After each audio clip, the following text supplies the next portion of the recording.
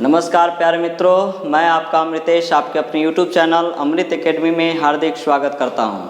दोस्तों, हम लोगों ने पिछले वीडियो को बहुत अच्छे तरीके से पढ़ा था, जिसमें हम लोगों ने सूर्य के विषय में पढ़ा था। सूर्य क्या है, उसकी पूरी जानकारी को पढ़ा था। आज हम लोग इस वीडियो में उसी का एक छोटा रूप है जिसका नाम है चंद्रमा, उसी टॉपिक को लेकर आए हैं। ये जो चंद्रमा का जो पार्ट है, इसको हम लोग दो पार्ट में पढ़ेंगे। एक जो आज हम शुरू कर रहे हैं चंद्रमा पार्ट 1, इसमें हम लोग केवल चंद्रमा के विषय में जानेंगे कि चंद्रमा क्या है, नहीं है, पृथ्वी से इसका क्या कंपैरिजन करते हैं, इन सभी चीज़ों को। और फिर से इसका जो सेकंड पार्ट होगा उसमें हम मून का यानी चंद्रमा का बहुत सारे प्रकार है, बहुत तरह के नाम हैं, क्यों नाम रखा गया है, उन सभी चीज़ों को पार्ट 2 में पढ़ेंगे। यानी आज हम लोग चंद्रमा मून पार्ट 1 को शुरू कर रहे हैं। सबसे पहले तो पूछा जाएगा चंद्रमा क्या है, तो चंद्रमा हमेशा रखेंगे ध्यान, यह एक प्राकृतिक उपग्रह है।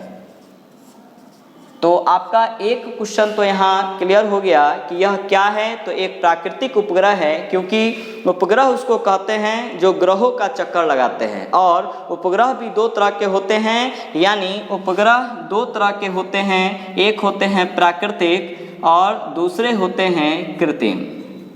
यानी एक हो गया नेचुरल सैटेलाइट, दूसरा हो गया आर्टिफिशियल सैटेलाइट।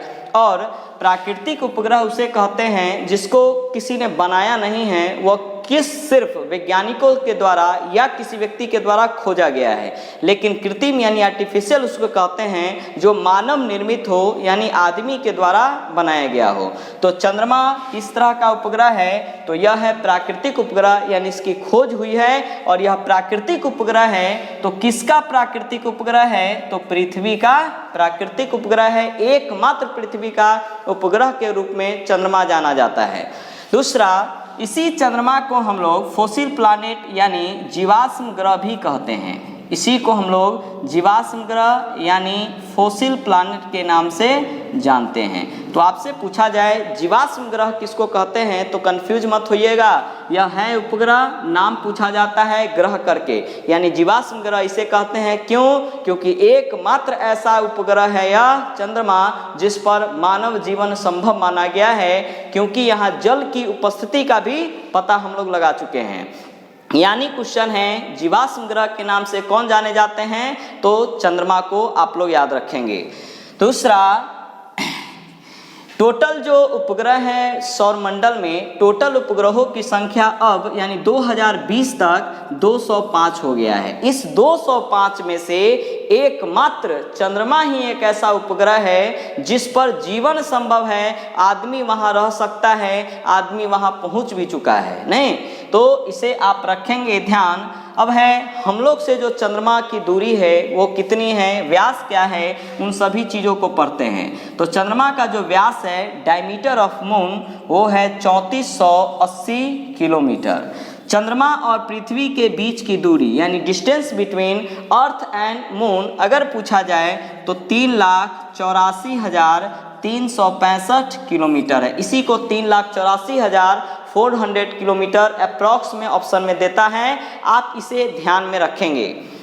अब है इसका ये जो चंद्रमा हम लोग के यहाँ से इतना दूर है, इतनी दूरी पर है, हम लोग के यहाँ से कितना दिखाई देता है, तो चंद्रमा का पृथ्वी से 57% भाग ही दिखता है, यानी 50% भाग इसका दिखता है। और जो बाकी जो रिमेनिंग 43% है, वो 40% यानी 43% में धूल का बहुत बड़ा मैदान है। और चंद्रमा पर जो रिमेनिंग 43% धूल का मैदान है, यानी धूलकण जो स्थित है, इसी धूलकण को एक नाम दिया गया है, यह इसका पिछला भाग होगा और इसी को नाम दिया गया है शांति सागर।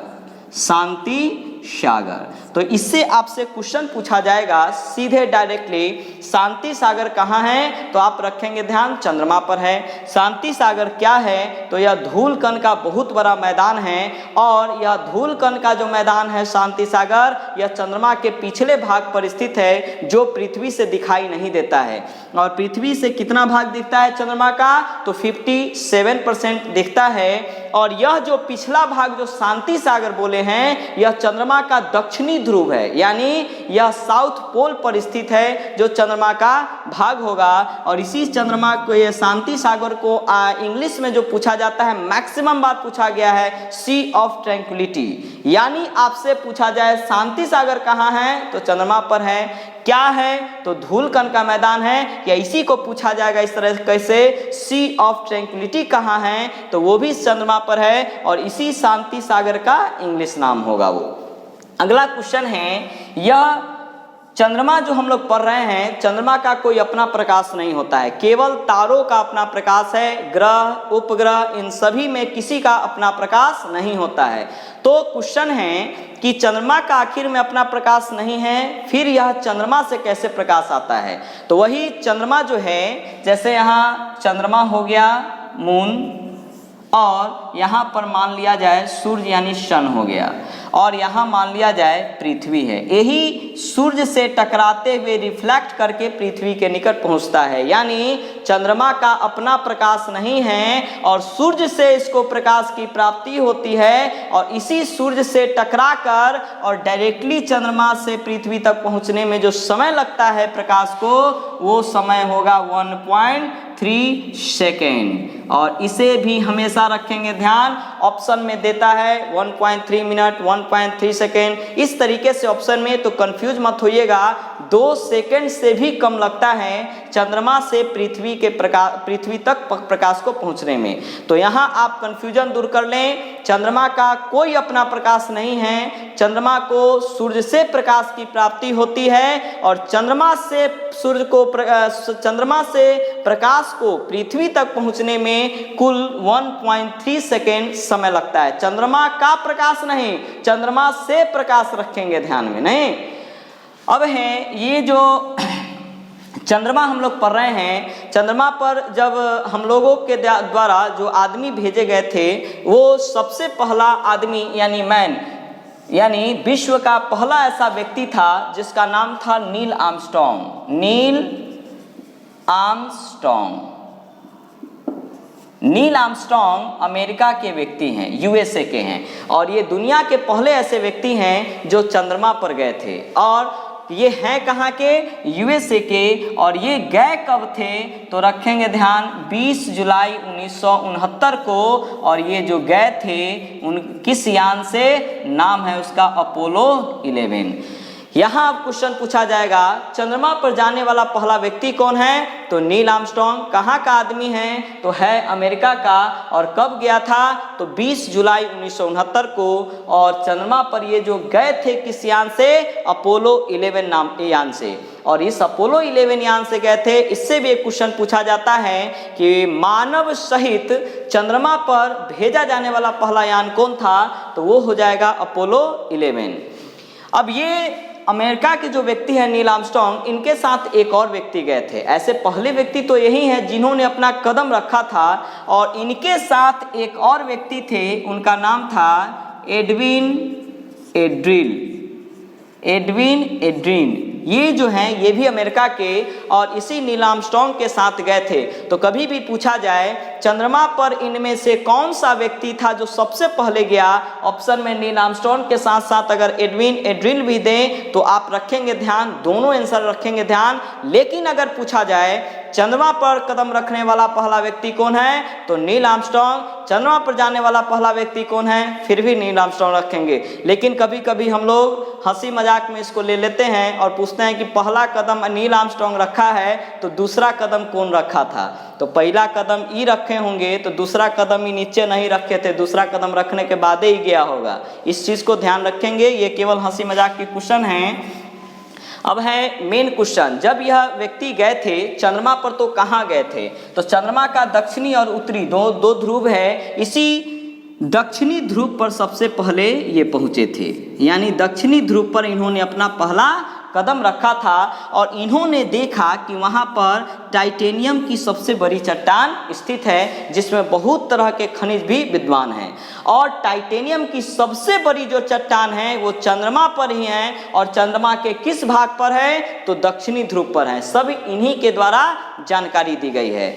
चंद्रमा का जो सबसे ऊंचा पर्वत है उस पर्वत का नाम पूछा जाए, यानी चंद्रमा का सबसे ऊंचा पर्वत कौन है, तो उसका नाम है लिवनिटीज पर्वत। लिवनिटीज पर्वत ये चंद्रमा पर स्थित सबसे ऊंचा पर्वत है। और ये पर्वत है कहाँ, तो ये भी दक्षिणी ध्रुव पर है। और ये जो पर्वत है, इस पर्वत की ऊंचाई को आपसे पूछा जा सकता है, और यानी कि लिवनिटीज पर्वत कितना ऊंचा है, तो आप रखेंगे ध्यान, इस लिवनिटीज पर्वत को एक पूछा जाता है फुट में, और फुट में कितनी है, तो 35,000 फुट है। दूसरा पूछा जाएगा मीटर में, और मीटर में है 10,668 मीटर। यानी आपसे मीटर में पूछा जाए कि लिवनिटीज पर्वत की ऊंचाई कितनी है, तो 10,668 मीटर। फुट में पूछा जाए तो 35,000 फुट है। और यह लिवनिटीज पर्वत कहाँ है, तो चंद्रमा पर, जो कि सबसे ऊंचा पर्वत होगा वहाँ का।